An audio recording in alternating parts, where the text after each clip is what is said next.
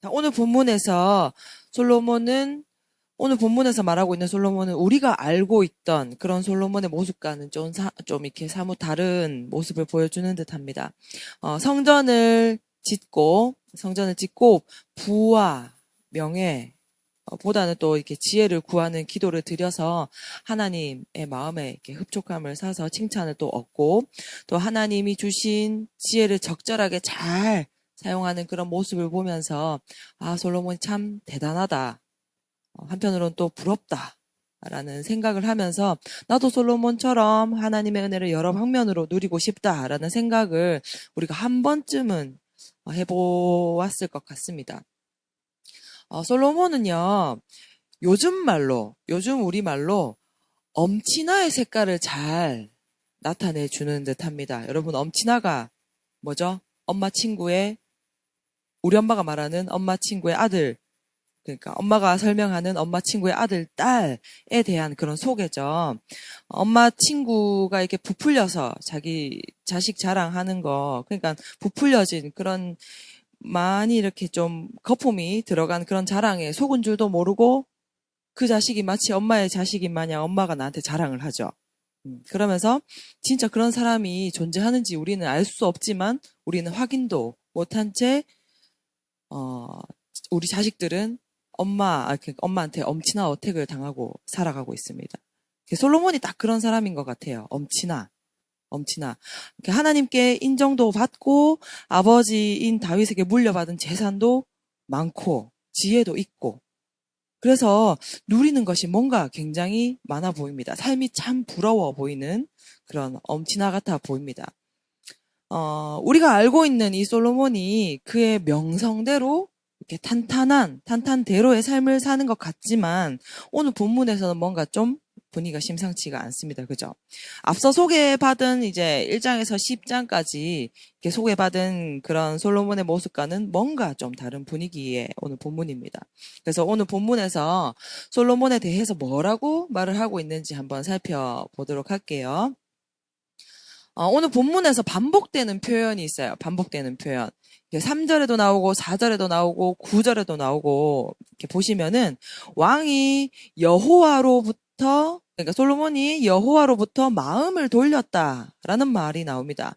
3절에 보시면은 여인들이 왕의 마음을 돌아서게 하였더라 라는 말이 나오고요. 그리고 4절에 보시면은 그의 여인들이 그의 마음을 돌려 라는 표현이 나오고 9절에 보시면은 그러니까 솔로몬이 마음을 돌려라고 이렇게 직접적으로 표현을 하고 있습니다. 하나님으로부터 솔로몬이 마음을 돌렸다라고 말합니다. 그러면서 결과는 진노. 9절이랑 이 11장, 오늘은 13절까지만 봤는데 이 11장의 후반부 9절에 보시면은 반복해서 나옵니다. 진노하셨다. 화가 나셨다. 라고 말합니다. 어떻게 했더니 화가 나셨다? 하나님으로부터 마음을 돌렸더니 하나님이 화가 나셨다. 라고 말합니다. 1장에서 10절에는 솔로몬 왕이 했던 업적들을 굉장히 많이 나타내주고 있어요. 하나님을 만나고 하나님께 복을 받고 또 솔로몬 왕은 하나님께 굉장히 자신의 마음을 마음껏 표현을 하고 그래서 뭔가 하나님과 관계가 좋고 커뮤니케이션이 잘 되는 것 같아요. 근데 열왕기상 3장 1절에 보시면은 솔로몬이 애굽의 왕 바로의 딸과 결혼을 했다라고 합니다. 솔로몬의 아버지인 다윗에게도 끊임없이 문제가 되었던 게 여러 여인 때문에 죄를 지었잖아요. 여러 여인을 아내를 삼는 것, 그러니까 아내가 많았던 것, 이것이 충분히 나쁜 문제가 되었는데 솔로몬은 이것을 넘어서, 그러니까 플러스 이방 여인까지 택하는 그런 행위까지 추가가 됩니다. 그 11장 2절, 오늘 본문의 2절 마지막 부분에 보면은 솔로몬이 그들을 사랑하였더라 라고 말을 하고 있는데 이 표현에서 히브리어로 따바크라는 단어가 사용이 됩니다. 이게 원어적으로는 훨씬 좀 더 이렇게 강한 의미를 갖고 있는데 이 의미가 달라붙다, 집착하다, 애착을 가지다. 이게 뭔가 이렇게 집요하게 집착을 하는 그런 뜻으로 해석을 하는데 솔로몬이 이 이방 여인을 사랑할 때 이방 여인을 바라볼 때 거의 뭐 애착하다시피 사랑하고 좋아했다라고 얘기를 하고 있는 겁니다. 그러니까 이 이방 여인들한테 푹 빠져 살았다는 거예요. 푹 빠져 살았다.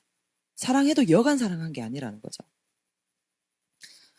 뭐 저도 할 말은 없지만 우리 청년들 중에서도 이렇게 이성을 사랑할 때 여간 이렇게 이성을 사랑하지 않는 그런 연애를 하는 분들이 계시리라 생각을 합니다. 연애 한번 했다 하면은 하나님보다 더 이렇게 이성을 상대방을 이렇게 우상 삼아서 이성이 더 커져버리는 그런 연애를 하는 분들이 계시는데 큰일 납니다, 여러분. 네. 왜 갑자기 이런 얘기를. 네. 사실 솔로몬 왕이 이방 여인들, 특히 이제 이방 왕의 딸들과 이게 정략적으로 결혼을 한 데는 이유가 있죠.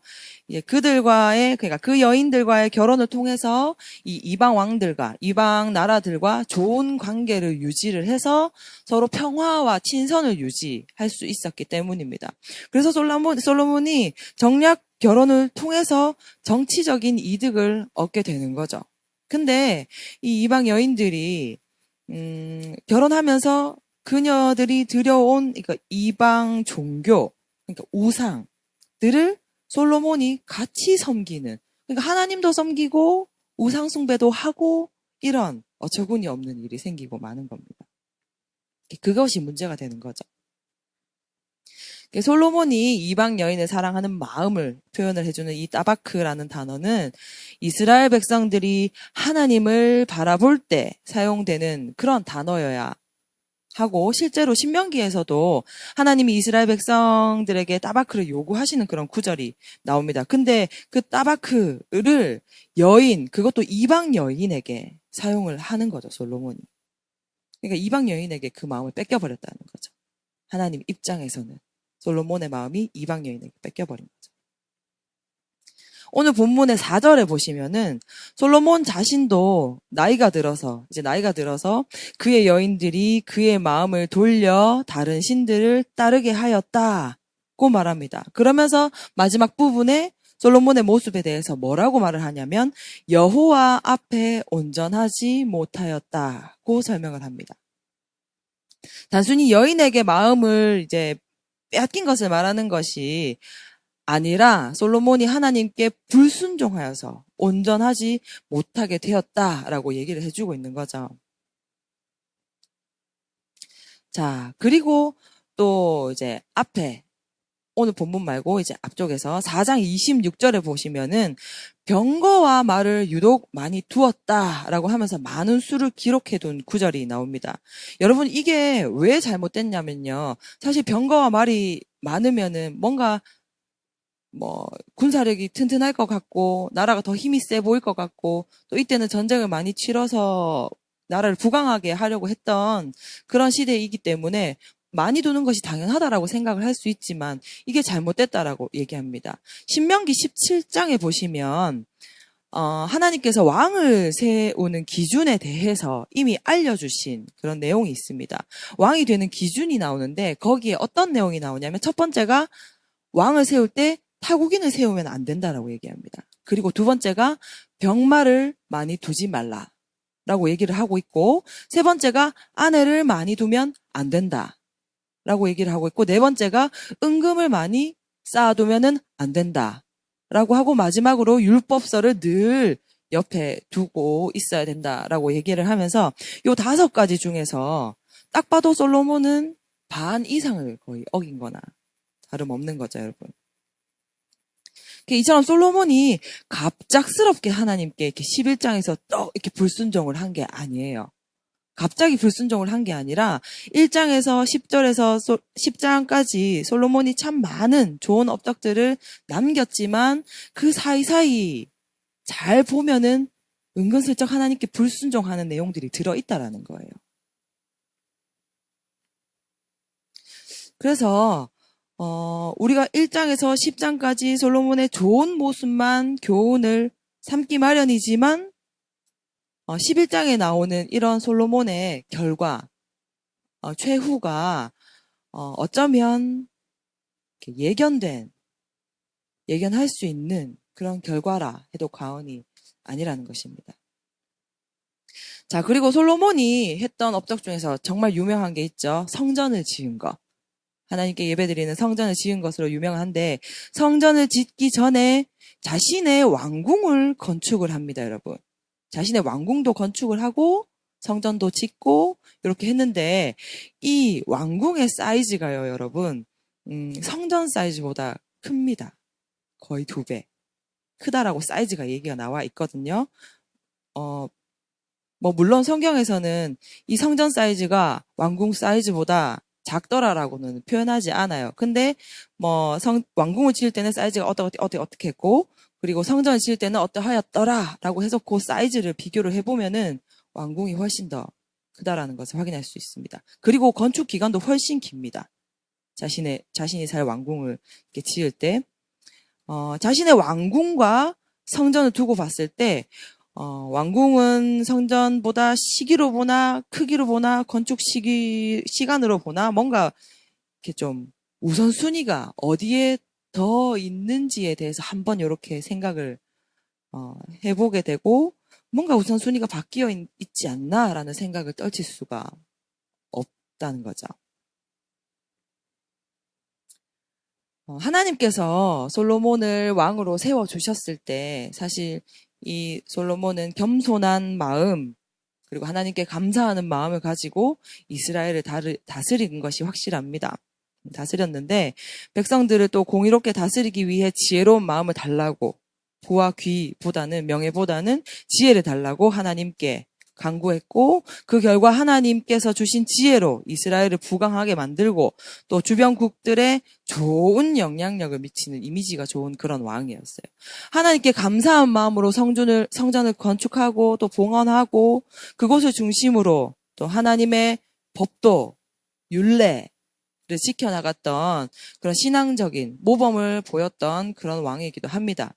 근데 그랬던 솔로몬이 막대한 재산을 가지고 또 이방 여인을 비롯한 아주 많은 아내를 두었고, 또 결국 오늘 본문에서는 우상 숭배를 하는 솔로몬을 확인을 하게 됩니다. 그리고 오늘 마지막 절 13절, 오늘 본문의 마지막 절인 13절에 보면은 비참한 저주를 듣게 됩니다. 나라를 뺏길 거다라는 말을 듣게 되죠. 왜 이런 결말을 맞아야 했을까요?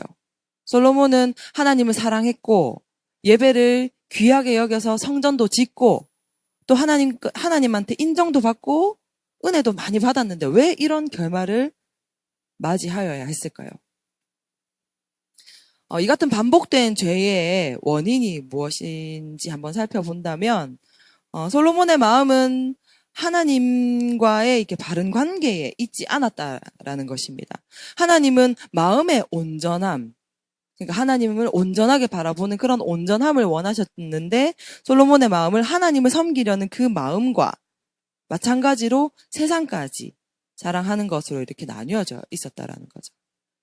유일하신 참 하나님의 성전을 건축한 사람이 우상을 섬기기 시작한 것이 참 엄청난 배신이 아니지 않을 수가 없는 거죠.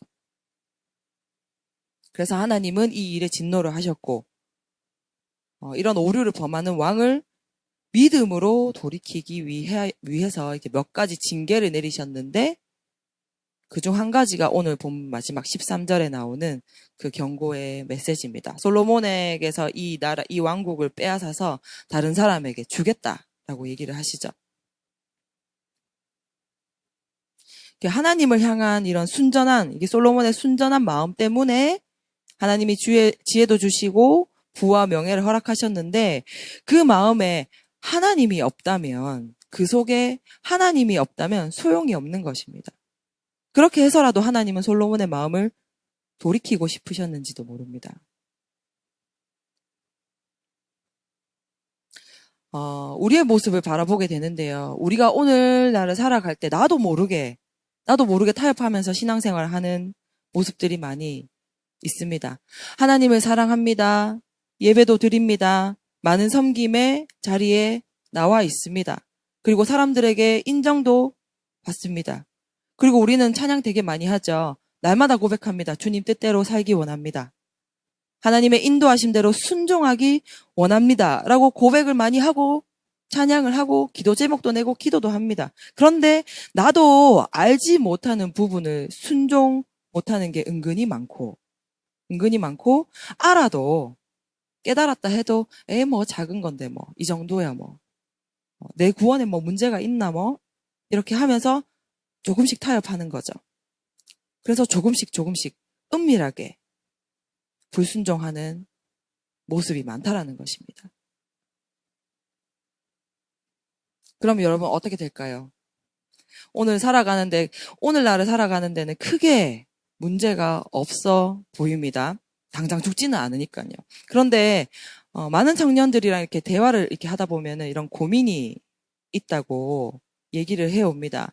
하나님을 사랑은 하는데 은혜를 경험한 지가 굉장히 오래됐고 또 구원에 감격이 없다라고 고백하는 친구들도 있고 또 감사가 없다라고 고백하는 친구도 있고 죄로부터 멀어지고 싶고 끊어내고 싶은데 이제 이게 죄를 짓다 보니까 넘어지다 보니까 감각을 잃어가는 것 같아요라고 고백하는 친구들도 있습니다.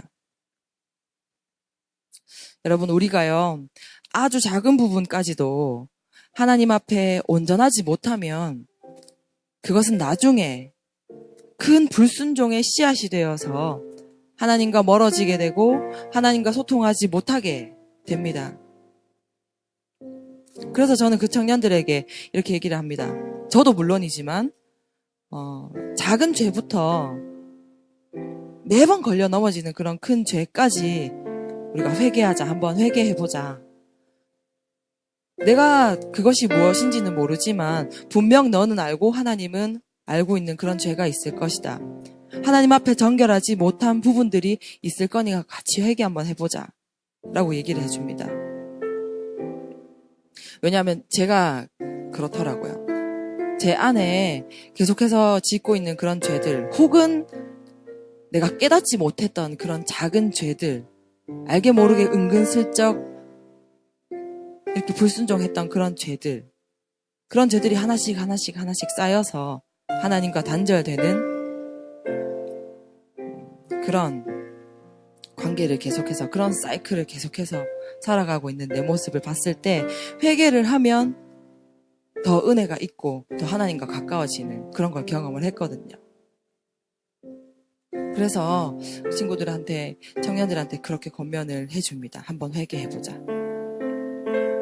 그래서 우리도 이 시간 같이 좀 이 말씀을 두고 기도를 했으면 좋겠습니다. 기도를 하실 때 하나님 우리가 하나님 앞에 온전한 모습 순전한 모습으로 나아가게 하여 주시옵소서. 날마다 내 자신을 돌아보고 나도 모르게 하나님께 불순종하는 그런 모습이 있다면 주님 발견할 수 있는 그런 선한 양심을 나에게 허락하시고 또 그 죄를 주님께 고백하는 용기를 또 주시옵소서. 그래야 해서 우리가 거룩한 모습으로 하나님 앞에 나아갈 수 있도록 주님 도와주시옵소서라고 우리 함께 이 시간 합심하여 기도하며 나갑시다. 우리 함께 기도합시다.